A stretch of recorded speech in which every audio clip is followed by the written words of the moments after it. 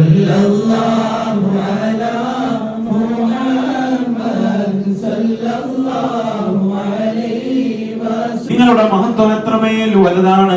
കാരണം നിങ്ങൾക്ക് സ്വലാത്ത് ചൊല്ലാതെ ഒരാളുടെ നിസ്കാരവും സ്വീകരിക്കപ്പെടുകയില്ല, സ്വഹിയാവുകയില്ല.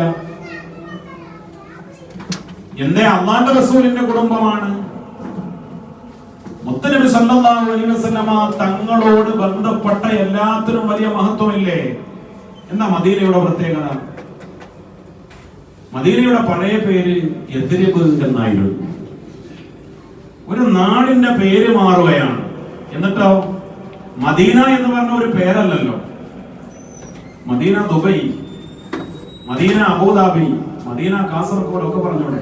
കാസർഗോഡ് സിറ്റി, കാസർഗോഡ് പട്ടണം, ദുബൈ പട്ടണം, ഏത് പട്ടണത്തിനും മദീന എന്ന് പറയാം. മദീന എന്ന് പറഞ്ഞാൽ ഒരു സിറ്റി എന്ന് മാത്രമല്ലേ അർത്ഥമുള്ള ഒരു ടൗൺ, അതൊരു പേരല്ലല്ലോ. പക്ഷെ മദീനത്തുൻ നബി സല്ലല്ലാഹു അലൈഹി വസല്ലം, നബിയുടെ പട്ടണം, ആ പട്ടണത്തിന് പിന്നെ മറ്റൊരു പേരില്ല. അത് അല്ലാഹുവിന്റെ റസൂലിലേക്ക് ചേർക്കപ്പെട്ടതാണ്. ينقلني ربي من الأسلاب الكريمة الفاخرة إلى الأرحام الزكية الطاهرة حتى أخرجني الله من بين أبوي ولم يلتقيا على سفاح قط.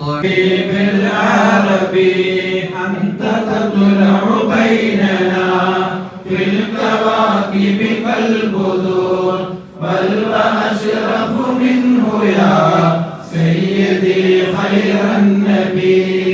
الصلاة على النبي والسلام على الرسول عليك الصفا من لنا مثلك يا سيدي خير النبي. الصلاة على النبي والسلام على മലായികത്തിന്റെ സാന്നിധ്യമുള്ള സദസ്സാണ്, സ്വീകരിക്കണേ റഹ്മാനേ.